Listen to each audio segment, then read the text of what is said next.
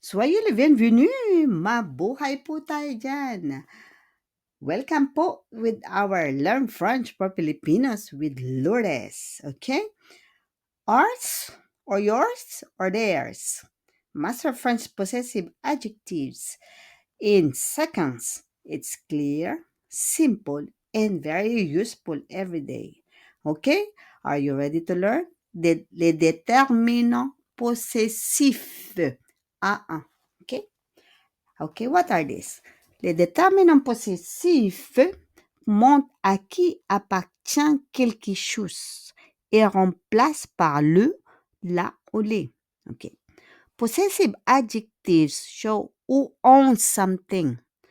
Okay, kung kanino. Ang determiners possessive po ay nagpapakita kung kanino ang isang bagay, kung sino ang may-ari niyan. So last time we used le je. Je is mon, ma, et mes. Pag tu is you, si ton, ta, et tes. Pag il o elle, si son, sa, et ses. And this time, we'll continue with the plural form, okay, ng ating possessive form. Are you ready? Let's go! Okay, so this time are the plural. Plural po. Madami na to, no? So, nous is our or ours, sa atin. Natin. So, pag nous, we use notre. Notre po sa masculine.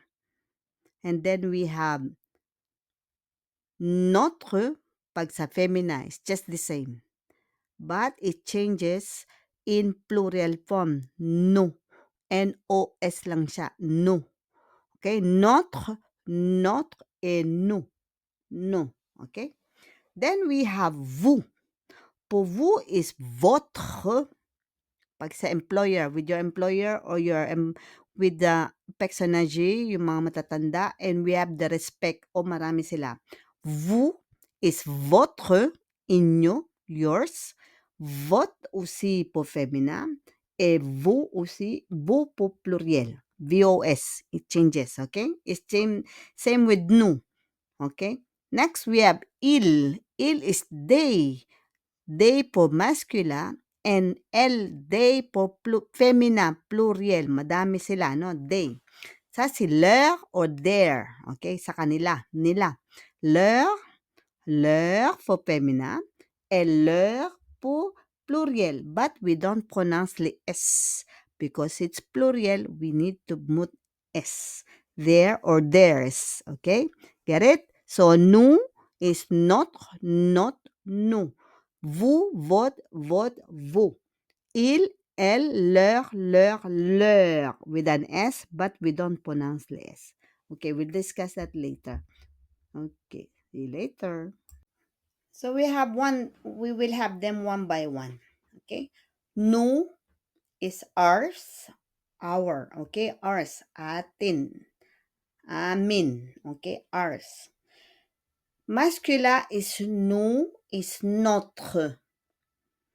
For masculin. For feminin, nous is notre. Same.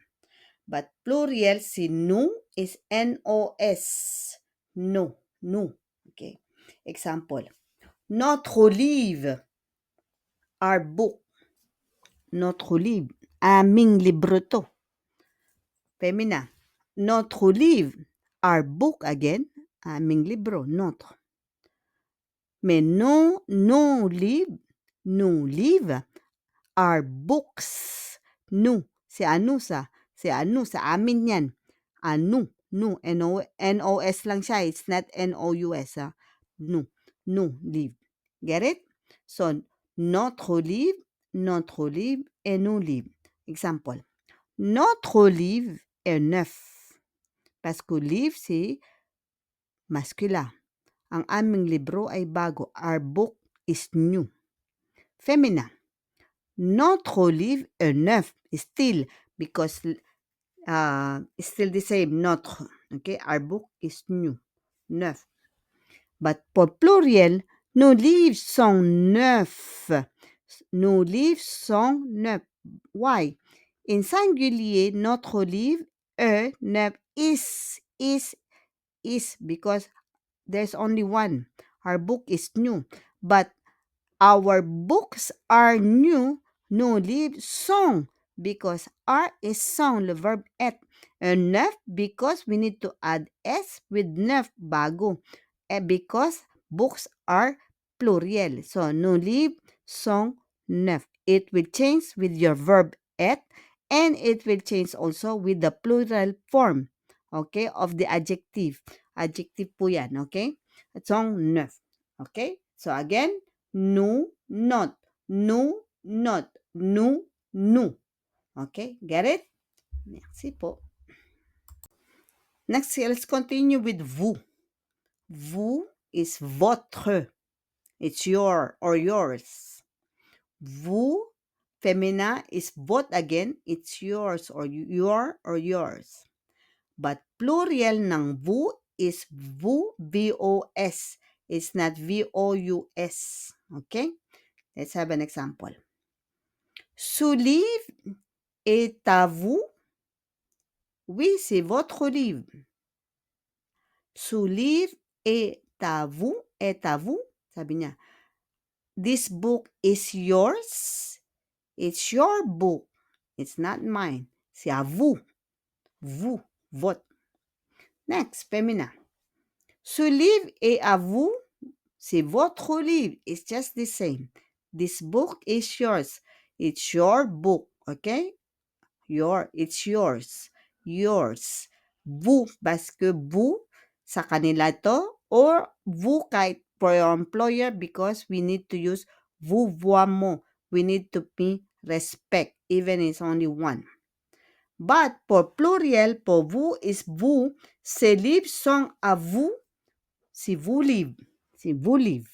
So, regardez, these books are yours. Your books. Because these books is plural, ces livres, these are yours, à vous. So, it's your books. Your books. But this book, ce livre, is singulier. This book est à vous. This, T-H-E-S, this book is yours, okay? Ito. Okay, ang aklat na ito. But, ang mga aklat na to. So, these books are yours because marami yung mga books. There are a lot of books, okay? Ces livres sont à vous. C'est vos livres. Get it? Donc, vous is votre, vous, votre, et vous, V-O-S. Get it? Merci. And we have the il, they, elle, they femina. Il avec un S, I-L-S, but we don't pronounce les S, but it's they. Elle avec un S, they for the women. Okay? Possessive masculin pour il is leur. Elle is leur, L-E-E-R, but il et elle, leur is L-U-R-S with S na po yan because it's plurial o plural form. Get it? So, we'll have an example. Ce livre est à eux ou à elles. C'est leur livre. Okay? This book belongs to them. À eux ou à elles. To them. Their book is their book. Okay? Get it? Sa kanila ang librong ito ang kanilang libro. It's not yours. It's not for me too, but it's for them. Their livre. Okay? Leur livre. Femina. Elle avec un S ou deux LOS, they. They na femina is also leur or theirs. Okay? Example. Leur voiture, because leur voiture, parce que voiture, c'est féminin. Their car, it's not mine, it's not yours, but it's theirs. Their car, ang kotse nila yun. Leur voiture est nouvelle, because la voiture est féminin, donc nouvelle, c'est féminin. Because nouvelle, c'est féminin, it's not nouveau. Yung kaninang neuf au nouveau, le livre est neuf au nouveau parce que c'est masculin. But nouvelle, c'est féminin. Donc, leur voiture est nouvelle. Their car is new. Bago ang kotse nila. Sa kanila, it's theirs. It's not ours. Okay? Okay. Next. Plural. Il ou elle, ILS, but we don't pronounce the S. Elle with pluriel avec un S, ou douce L ou S. C'est leur avec un S, L-O-U-R-S. Ces livres, C-O-S. Ces livres sont A-E, O-A-L, avec un S, E, parce que c'est E, there are many. And then, leurs livres, c'est leurs livres. Leurs livres sont ici. Leurs livres sont ici. Leurs avec un S, livres avec un S because there are many. Sont because there are many. Verb être because E is singulier. OST is, but sont are in verb être. So their books are here. Nandito ang mga libro nila. Ces livres sont là. Mga books nila yon. C'est à eux. C'est pas à nous. Sa kanila, leur. Okay, get them? So, il, leur, theirs. Elle, leur, theirs. Or their or theirs. Il, elle, or leur, theirs. Okay? Get it pa? I hope it's clear. We need to practice them every day so that we can memorize the possessive po ng ating French. Okay? So, I hope it's clear. Don't forget to like, subscribe, at i-comment po for more videos. Merci beaucoup. Au revoir. Ciao, ciao. À demain peut-être. Au revoir.